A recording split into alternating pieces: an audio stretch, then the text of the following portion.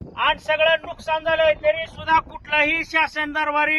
लोकप्रतिनिधी लोकांची घरं पडली ती सोयाबीन पाण्यात आहे सगळं नुकसान आहे तर कुणी सुद्धा इथं पंचनाम्याला दखल घ्यायला येणं गेले माझी एकच नम्र विनंती आहे सोशल मीडियाच्या माध्यमातून जर कोण नाही आलं तर आम्ही गावातले तरुण वर्ग आणि आमच्या गावात सगळ्यात मोठा प्रश्न वर्ग 2 जमिनीचा आहे आणि त्या जमिनीसाठी कुणी सुद्धा दखल घेणं झालंय कारण आमच्या जमिनी हे सगळ्या आता सध्या पाण्यात आहे नुकसान आहे सगळ्या जर कोण नाही आलं तर आम्ही ह्या पाण्याच्या टाकीहून उड्या मारून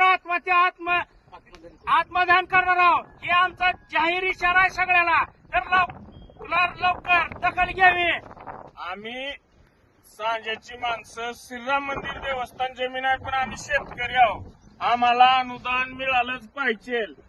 नाही मिळालं नाही जर शासनानं दखल घेतली ना अनुदान जर नाही दिलं तर आज आम्ही आत्मदहन करणार टाकीहून खाली उड्या मारणार म्हणजे मारणार बिमाराचीच पळलेली आहे शेतकऱ्याला आणि तसं बिमाराची पळलेली आहे कोण सुद्धा लक्ष देणं गेले या शासनाला कुठलाही विरोधी पक्ष असू द्या चालू सत्तेतला असू द्या शेतकऱ्याची जाण ही प्रत्येकाला ठेवलीच पाहिजे आज शेतकरी जगला तर उद्या तुम्ही जगणार आहोत ही गोष्ट लक्षात ठेवा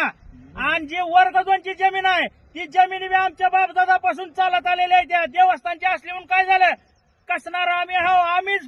त्या जमिनी पिकवायला लागल्या मग त्या जमिनीचं नुकसान झालंय सगळ्याला सरसकट त्या जमिनीचा सुद्धा अनुदान काय जी मदत असेल ती मिळाली पाहिजे हीच आमची प्रमुख मागणी आहे सांजा गावात नाही मी म्हणलं तर निम्म्यापेक्षा जास्त देवस्थानच्या जमिनी आहेत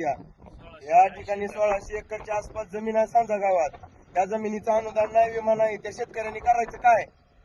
आज इथून प्रत्येक शेतकरी इथे वरी चाललेला प्रत्येक शेतकरी इथून उड्या हाणायला तयार आहे आज लवकरात लवकर जर प्रशासन या ठिकाणी नाही आलं तर इथून आम्ही उड्या हाणायला आज तयार आहोत